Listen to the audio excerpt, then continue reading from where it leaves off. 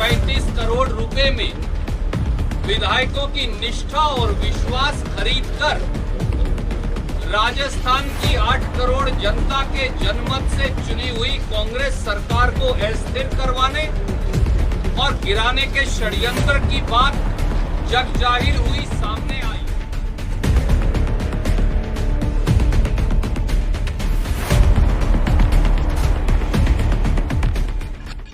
से राजस्थान में विधायकों के खरीद फरोख्त की चर्चा चल रही है। स्पेशल ऑपरेशंस ग्रुप में भी एक मुकदमा दर्ज है जहां पर जांच भी चल रही है। कई प्रकार की अटकलें लगाई गई। 20, 25, 30, 35 करोड़ रुपए में विधायकों की निष्ठा और विश्वास खरीदकर राजस्थान की 8 करोड़ जनता के जनमत से चुनी हुई कांग्रेस सरकार को अस्थिर करवाने और गिराने के षड्यंत्र की बात जग जाहिर हुई, सामने आई। भारतीय जनता पार्टी की भूमिका विधायकों की खरीद फरोख्त में कई बार प्रश्न चिन्ह के दायरे में आई। दोनों तरफ से, कांग्रेस की तरफ से भी भाजपा की तरफ से भी काफी वाद विवाद सामने आया और कई बार ऐसा लगता था कि ये सारी बातें कहीं इल्जामात के घेरे में ही सीमित होकर ना रह जाएं। परंतु कल शाम और आज तक अब जो टेप सामने आ गए हैं उनसे एक बात साफ है कि प्रथम दृष्टि से भारतीय जनता पार्टी के द्वारा कांग्रेस की चुनी हुई सरकार को गिराने और विधायकों की निष्ठा को खरीदने का षड्यंत्र किया गया है। भारतीय जनता पार्टी द्वारा जनमत का अपहरण और प्रजातंत्र के चीरहरण की कोशिश की जा रही है। राजस्थान सरकार गिराने का घिनौना षड्यंत्र अब बेनकाब हो गया है, उसकी परतें खुलने लगी है। अब यह साफ है कि चीन या कोरोना से लड़ने की बजाय भारतीय जनता पार्टी और मोदी सरकार सत्ता लूटने का काम कर रही है और इसका परिप्रेक्ष्य भी है।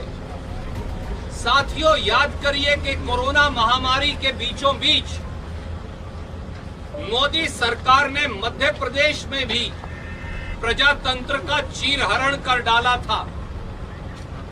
पूरा देश कोरोना से जूझ रहा था, पर इसी ITC, grand hotel, Manesar, Gurgaon से लेकर कर्नाटका तक कांग्रेस के विधायकों को हर कर ले जाकर कांग्रेस की सरकार मध्य प्रदेश में गिराने का षड्यंत्र किया जा रहा था। और जब 24 मार्च 2020 को जबरन कांग्रेस की सरकार मध्य प्रदेश में गिराई गई, तो ही 24 मार्च की रात से लॉकडाउन लागू किया गया। मणिपुर, उत्तराखंड, अरुणाचल, गोवा, कर्नाटका, महाराष्ट्र, मध्य प्रदेश और अब उसके बाद राजस्थान में भाजपा द्वारा सत्ता की हवस का खेल खेला जा रहा है। कोरोना केस 10 लाख पार कर चुके हैं। आर्थिक महामारी और महंगाई ने लोगों की जिंदगी दूभर कर दी है। चीन ने हमारी सरजमीं पर कब्जा कर रखा है, परंतु मोदी सरकार और भाजपा बजाय कोरोना, आर्थिक मंदी और चीन से लड़ने की बजाय सत्ता लूटने के षड्यंत्र में लगी है। पर उन्होंने इस बार गलत प्रांत को शायद चुनौती दे दी। उन्होंने 8 करोड़ राजस्थानियों के जज्बे को शायद समझा नहीं। दोस्तों, कल शाम जो 2 सनसनीखेज व चौंकाने वाले ऑडियो टेप मीडिया के माध्यम से सामने आए हैं, इन टेप्स में तथाकथित तौर से भारत सरकार के कैबिनेट मंत्री श्री गजेंद्र शेखावत जी श्री भंवरलाल शर्मा जी जो कांग्रेस के विधायक हैं, वे भाजपा नेता संजय जैन जी की तथाकथित बातचीत सामने आई। इस तथाकथित बातचीत में पैसों की सौदेबाजी, विधायकों की निष्ठा खरीदने और राजस्थान की सरकार गिराने का षड्यंत्र सामने आया है। यह अपने आप में लोकतंत्र के इतिहास का एक काला अध्याय है और वो टेप्स जो अब जग जाहिर हैं, मीडिया पर चलाए जा रहे हैं, उनकी कुछ लाइनें मैं आपको पढ़कर बताऊंगा और हमारे 5 प्रश्न हैं। ये ऑडियो टेप 1 है जिसका ट्रांसक्रिप्ट मैंने रिकॉर्ड किया है और इसके बीच में साफ शब्दों में लिखा है, श्री भंवरलाल शर्मा विधायक और भाजपा नेता संजय जैन की तथाकथित बातचीत। हाँ साहब, बात करवाइए भंवरलाल जी, हेलो। और फिर आगे वो कहते हैं, संजय जैन, हाँ वो तो ठीक है, पर वो एक बार संख्या बल देख लेना। हमने आज ही बुक पहुंची है आप। भंवरलाल, सरकार तो रहनी को नहीं, बर्खास्त करनी पड़ेगी। संजय जैन, तुरंत है जे यानी जो की व्यवस्था मैं आपने बताई है, मेरे जिम्मे है आपकी और गिरधारी की। गिरधारी जी सीपीएम के विधायक का नाम है, जैसा आप सब जानते हैं। व्यवस्था मैंने बताई, आपने बताई है, मेरे जिम्मे है आपकी और गिरधारी की। भंवरलाल, ठीक है। संजय जैन, और मैंने साहब को मैं कह दियो कि सचिन जी की तरफ से वह लिस्ट में कोनी आवे, बात बढ़िया रहेगी, आपकी बात गोपनीय रहेगी, जिया चावे मैं करवा रहा हूं। भंवरलाल, अमाउंट की बात हो गई है ना। संजय जैन, हाँ ताने कल कही थी वह बात एकदम खरी है। अगर ये आदान प्रदान नहीं साथियों, तो फिर ये क्या है? और आगे जो कहा जाता है वो उससे भी अजीबो गरीब है। जो ऑडियो 2 है, मैं उसका एक हिस्सा आपको पढ़कर बताना चाहता हूं। संजय जैन, हाँ तो उस परिस्थिति में तुम्हारा मैंने साहब को बता दिया है कि 2 जने हैं जो बहुत हेजिटेशन कर रहे हैं, उनकी डायरेक्ट आपसे बात है।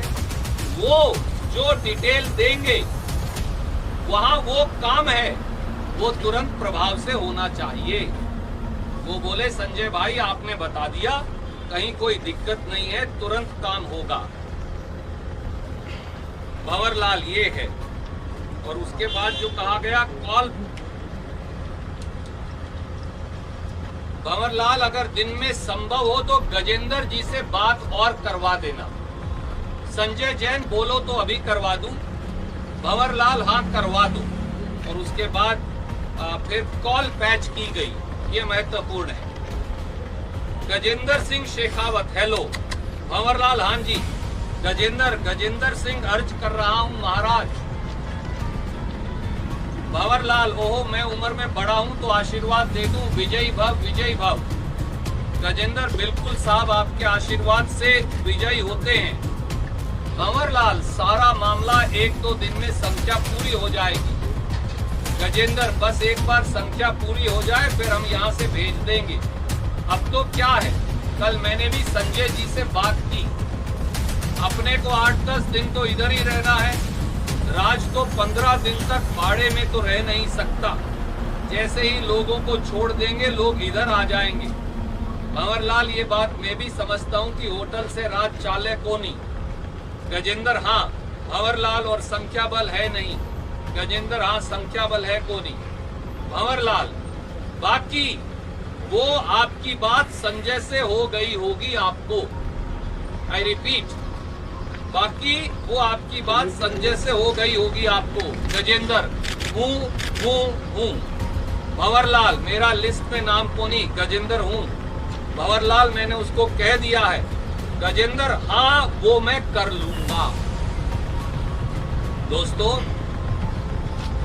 ये तथाकथित बातचीत प्रथम दृष्टि से ये दर्शाती है कि वो लोग जो गुड़गांवा के होटल में भारतीय जनता पार्टी की मेहमान नवाजी और सुरक्षा चक्र में बैठे हैं। भारतीय जनता पार्टी के एक केंद्रीय मंत्री से तथाकथित तरीके से बातचीत कर पैसे का आदान प्रदान हो रहा है और सरकार गिराने की साजिश भी। इसलिए हमारी मांग है कि नंबर 1, प्रथम दृष्टि से राजस्थान की कांग्रेस सरकार गिराने की साजिश में शामिल केंद्र सरकार के केंद्रीय कैबिनेट मंत्री श्री गजेंद्र शेखावत के खिलाफ स्पेशल ऑपरेशन ग्रुप्स एसओजी द्वारा एफआईआर दर्ज की जाए, पूरी जांच हो और अगर पद का दुरुपयोग कर जांच प्रभावित करने का अंदेशा हो, जैसा प्रथम दृष्टि से प्रतीत होता है, तो वारंट लेकर श्री गजेंद्र शेखावत की फौरन गिरफ्तारी की जाए। नंबर 2, श्री भंवरलाल शर्मा विधायक व श्री संजय जैन भाजपा नेता के खिलाफ भी एफआईआर दर्ज कर बिंदु 1 की तर्ज पर कार्यवाही हो। नंबर 3, पैसे का आदान प्रदान किस प्रकार से हो रहा है, वह यह सारा काला धन किसने मुहैया करवाया, कहां से आया, हवाला से ट्रांसफर कैसे हुआ और किस किस को दिया गया, इसकी संपूर्ण जांच हो। नंबर 4, जांच में यह भी खुलासा हो कि केंद्र सरकार के कौन से प्रभावशाली पदों पर बैठे व्यक्ति, अधिकारी या एजेंसियां राजस्थान की कांग्रेस सरकार को गिराने की साजिश कर रहे हैं। नंबर 5, यह भी जांच हो कि इस ऑडियो में नामित व्यक्तियों के अलावा क्या किसी और व्यक्ति या विधायक द्वारा सरकार गिराने या निष्ठा बदलने के एवज में पैसों का लेन देन हुआ है। श्री सचिन पायलट भी आगे आकर विधायकों की सूची भाजपा को देने बारे इस तथाकथित इल्जाम के बारे अपनी स्थिति सार्वजनिक तौर से स्पष्ट करें। इसी टेप में मेरे एक मित्र चेतन डूडी जी की, विधायक जी की भी का भी नाम भंवरलाल शर्मा जी द्वारा लिया गया है। चेतन डूडी जी आपके समक्ष बैठे हैं। ये आपको बताएंगे कि किस प्रकार से इन्हें प्रलोभन देने की कोशिश की गई, पर इन्होंने साफ साफ नकार दिया गया। इन सारे हालात के अंदर भारतीय राष्ट्रीय कांग्रेस ने ये निर्णय भी लिया है कि श्री भंवरलाल शर्मा कांग्रेस विधायक को इन टेप्स की सच्चाई की वेरिफिकेशन होने तक पार्टी की प्राथमिक सदस्यता से निलंबित कर दिया गया है। श्री विश्विंदर सिंह, जिनके बारे में कुछ और सूचना शायद आएगी, उन्हें भी कांग्रेस पार्टी की प्राथमिक सदस्यता से निलंबित कर दिया गया है और दोनों को शो कॉज नोटिस दिया गया है कि कांग्रेस सरकार गिराने के इस षड्यंत्र के अंदर शामिल होने के बारे वो अपना स्पष्टीकरण दें। और अब एक बार मैं चेतन जी से कहूंगा कि वो आप अपनी बात संक्षिप्त में रखेंगे। इसमें नहीं है, पर शायद कुछ कहीं और हो। अभी एक बार इनकी बात सुनिए, फिर सवाल देखिए। आपको मोटा मोट श्रीमान सुरजेवाला जी ने सारी बात आपके समक्ष रख दी। मेरा सिर्फ आप लोगों को ये जानकारी देना है कि तथाकथित जो ये ऑडियो आया भंवरलाल जी शर्मा का और इसमें मेरा नाम आया है, तो मैं आपके सामने सिर्फ ये बात रख रहा हूँ कि मुझे प्रलोभन देने की कोशिश की गई थी, जिसका जुड़ाव कहीं ना कहीं इस ऑडियो टेप से है, लेकिन मैंने वो प्रलोभन देने से इनकार कर दिया। मेरे परिवार की पृष्ठभूमि, मेरा खुद स्वयं का कांग्रेस पार्टी के प्रति निष्ठा, ये मेरे लिए सर्वोपरि है। और आगे जो कुछ भी है या जो भी जहां एजेंसियां चूंकि जांच कर रही है, मैं उनके समक्ष जाके अपनी बात रखना चाहूँगा। मैं सिर्फ ये आपके सामने स्पष्ट करना चाहता था कि ये जो ऑडियो टेप आया है, इसमें जो प्रलोभन की बात की गई थी, उसमें जो नाम मेरा आया है, उसमें मुझे प्रलोभन देने की किसी न किसी स्तर पे कोशिश की गई थी। धन्यवाद। प्राथमिक सदस्यता से निलंबित किया।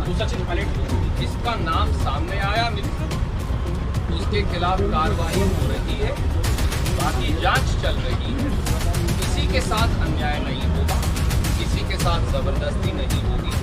आदरणीय महेश जोशी जी ने इस सारी बात का संज्ञान लेकर बाकायदा एसओजी में एक प्राथमिकी दर्ज करवाने के लिए कल ही दरख्वास्त की। संदीप सर, एक बार प्रश्न बताओ, ये क्या पता चल पाया है कि बातचीत कितने दिन पुरानी है? कुछ आसपास ही कोई डेट 10 दिन पुरानी है, 15 दिन पुरानी है? आदरणीय मित्र, पहली बात तो अब एसओजी इस बातचीत की जांच करेगी और इसकी वैधता की जांच करेगी। क्या षड्यंत्र था, इसकी जांच करेगी। इसकी बाकायदा जांच भी करेगी, इसकी वैधता की भी जांच होगी। जिन लोगों के इसमें नाम है उनके बयान भी दर्ज होंगे उनके खिलाफ। मेरा ये मानना है अब एसओजी को अब क्या देरी है। अब गजेंद्र शेखावत जी पर, भंवरलाल शर्मा जी पर, ये जो जैन साहब इसमें तथाकथित बातचीत में, इन पर एफआईआर दर्ज करना चाहिए। जरूरत हो तो गिरफ्तारी करनी चाहिए, क्योंकि आप कितने भी बड़े हो, इस देश का संविधान और कानून आपसे बड़ा है। जब हम संविधान की शपथ लेते हैं तो संविधान के संरक्षण और सुरक्षा की शपथ लेते हैं। चुनी हुई सरकारों को षड्यंत्रकारी तरीकों से विधायकों की खरीद फरोख्त से गिराने की नहीं, जो कुकृत्य भारतीय जनता पार्टी कर रही है। सत्ता की लूट और सत्ता की हवस मिटाने की बजाय, करने की बजाय और कोई काम अब भाजपा के पास बचा है क्या? प्रश्न है। किसी का फोन है, आपसे बात हुई? मुझे लगता है कि डूडी जी ने अपनी बात आपके समक्ष साफ तौर से रख दी। ये मामला, क्योंकि ये मामला इस समय एसओजी के पास विचाराधीन है।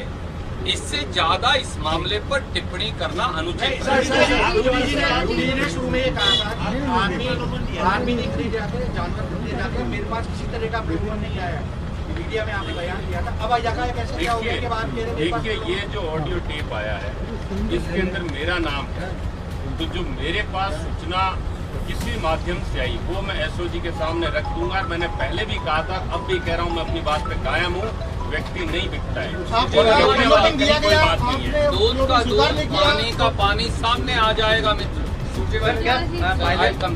क्या पायलट से संपर्क हो रहा है क्या सर आपको? देखिए, जो बातें पार्टी के लेवल पर होनी चाहिए वो पार्टी के ही लेवल पर होनी चाहिए। 3 बार आपके समक्ष आकर खुले मन से मैंने कहा, उनके लिए सारे दरवाजे खुले। ये भी कहा कि अगर सुबह का बूला शाम को घर आ जाए तो वो बूला नहीं कहलाता। उसके बाद क्या वार्तालाप हुई, आप भी ये मानेंगे कि शायद सार्वजनिक तौर से मीडिया के समक्ष कहना या आपके माध्यम से कहना एक व्यक्तिगत बात को कहना उचित नहीं रहेगा। इसलिए मैं मेरी टिप्पणी इस पर रिजर्व है। अभी भी दरवाजे खुले में हैं। सुरजेवाला जी, रात को 12 बजे के करीब राजस्थान सरकार के जनसंपर्क विभाग से एक मैसेज आया था कि मुख्यमंत्री 9 बजे प्रेस कॉन्फ्रेंस करेंगे। ऐसा क्या हो गया कि मुख्यमंत्री को प्रेस कॉन्फ्रेंस कैंसिल करनी पड़ी और आप लोग यहाँ जाएंगे? इससे जुड़ा हुआ सवाल और ये है सर कि रोज सचिन पायलट और बाकी 18 विधायकों के खिलाफ आपके मुख्य सचिव ने एक मामला परस्यू कर रहे हैं, क्या उसको पूरा प्रोपोजिशन तक लेके जाया जाएगा? देखिए, पहली बात तो ये है कि जो मामला आप स्पीकर साहब के समक्ष विचाराधीन है और स्पीकर जो है वो ट्राइब्यूनल है संविधान के तहत, उसकी कार्रवाई के बारे में मैं टिप्पणी करना उचित नहीं समझता। स्वाभाविक है, अगर मुख्य सचेतक जी ने, महेश जोशी जी ने कोई पिटीशन दायर किया तो कांग्रेस पार्टी और कांग्रेस विधायक दल उसमें एप्रोप्रिएट रिलीफ चाहता, नहीं तो हम दायर ही क्यों करते। तो पहला सवाल, पत्रकार गोष्ठी कब होगी कब नहीं होगी आपके समक्ष है। जो बातें थी वो मुख्यमंत्री जी रखे या प्रदेश कांग्रेस अध्यक्ष या मैं रखूं, बात बराबर है। सवाल ये है कि ये सारे तथ्य प्रथम दृष्टि से भारत सरकार की संलिप्तता को राजस्थान की सरकार को गिराने में दिखाते हैं। क्या गजेंद्र शेखावत जी अकेले ये काम कर सकते हैं? अगर ये तथ्य सही है तो जवाब नहीं में है। इस बात की पहुंच गजेंद्र जी से बहुत ऊपर मिलेगी। वो ऊपर कहां तक है? कौन है दिल्ली में बैठकर जो राजस्थान के सरकार के विधायकों की, कांग्रेस के विधायकों की खरीद फरोख्त कर रहा है, ये सामने आना आवश्यक है, ताकि वो लोग जो प्रजातंत्र का चीरहरण करते हैं और जनमत का अपहरण करते हैं, उनका चेहरा, उन भाजपाइयों का चेहरा बेनकाब हो।